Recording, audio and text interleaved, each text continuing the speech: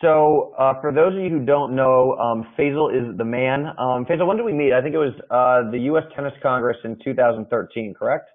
You're 100% correct. And Faisal is one of the best coaches on the planet. I've learned a ton from him.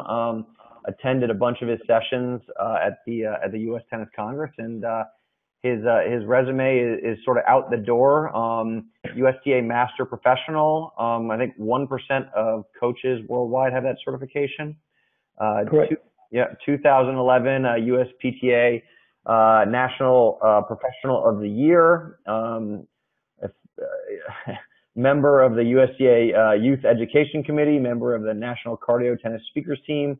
Co-chair USPTA National Education Committee. Co-chair USPTA National College Curriculum Committee, member of the USPTA Certification and Testing Committee, and most importantly, just all-around cool guy. So, so very happy to have you here today. You're going to be talking about doubles. So, unless I've missed anything, I think did I cover all the key points, Faisal? Anything I'm missing there?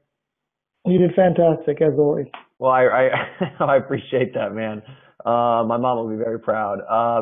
Well, with that in mind, I'm gonna kick it to you. So why don't you take it away? Just a quick point of housekeeping for everybody on the line.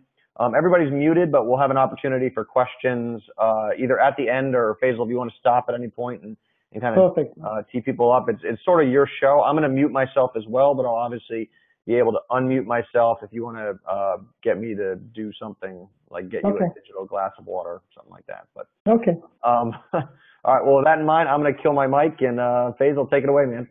Thank you. What I plan to do is use a PowerPoint, and we'll take it from there. If there's any questions, feel free to ask at any time. Okay? I'm ready with the PowerPoint. All right. The goal today is I really want to talk about maximizing your doubles game, mastering modes and phases of play. I'll explain each one, and then we'll get into each one individually. So the goals of today's webinar is really twofold. One is to help players to understand the different modes, the defense, neutral, and attack mode of play, and how this applies to different phases of a typical point. As phases constantly change, so can a player's tactical response. It's my belief that there is no right or wrong way of playing doubles. There's just consequences in different situations, and I'll explain all the consequences as we get there. So that's the first goal of today's webinar. Second goal is the topics will include the rallying phase, the passing phase, and the attacking phase at the net.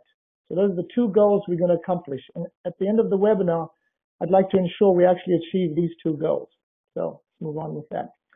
What is doubles? The way I like to look at doubles is a game of situations that involves positioning and movement for purposeful shots. Let me repeat. A game of situations that involves positioning and movement for purposeful shots. If you think of music, music is broken down into notes. Put those notes together, that gives you music. So I'd like you to think about doubles as situations, different situations. Train those different situations as far as positioning, the movement, and what type of shots you hit. So for example, if you look at these pictures right here, you notice on the left-hand top side there, you've got the Williams sisters playing. All four players are up at net. The second picture is tough to tell. You definitely know the players are up at net. The third picture, the Bryan brothers playing one up, one back.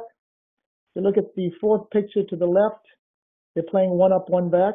And then the fifth picture is you've got the players both up at net, they're around about the service line. So notice those are different situations, different positions, and different types of shots that you're going to hit. So just think of this as far as doubles, the game of situations, and we're going to get into that part. Doubles percentage tennis. Before we get into the phases and the modes of play, this is the mindset I'd like you to have as a doubles team. Number one, the doubles mindset is to make them play. I'm going to explain this a little later on, but you know, a lot of times players go for winners and we don't really make them play and we don't really see, you know, their strengths and weaknesses. So keep that mindset is to make them play. Make the opponents play that extra ball. That's the first one. Second one is the game of doubles is won by the team that makes the least errors, not hit the most winners. So your goal as a team is to decrease your risk while increasing your opponent's risk. I will explain that later as we go to different situations. Third one, make the opponents play to gather intelligence to see what the opponents can really do. Back to the first bullet point, make them play. So we can't do that if we go for winners or make errors. So make the opponents play to gather intelligence to see what situations you want to use. Doubles percentage tennis is what is the simplest shot we can hit that will allow us to win a point. Sometimes we go for too much. We go for that TV shot. We get it, looks great. We don't, we feel pretty silly. So make them play. What's the simplest shot we can hit to win that point? Said another way, what is the least risk we can take to win a point? You don't get 2 points if you're an outright winner. So you only get 1 point if the opponent makes a mistake. So it doesn't matter what you do, a point's a point. So just find the simplest way to win the point. That's the way to go with that. The most common error is to use too much speed and play too much to the size of the court. A lot of times we try to increase speed and we aim for the line, a 2-inch line, good luck. Yet you've got 1,400 square feet on the opponent's side of the court. So what's the simplest shot? The simplest way to win the point. We only take risks when our opponents show us that we have to do this.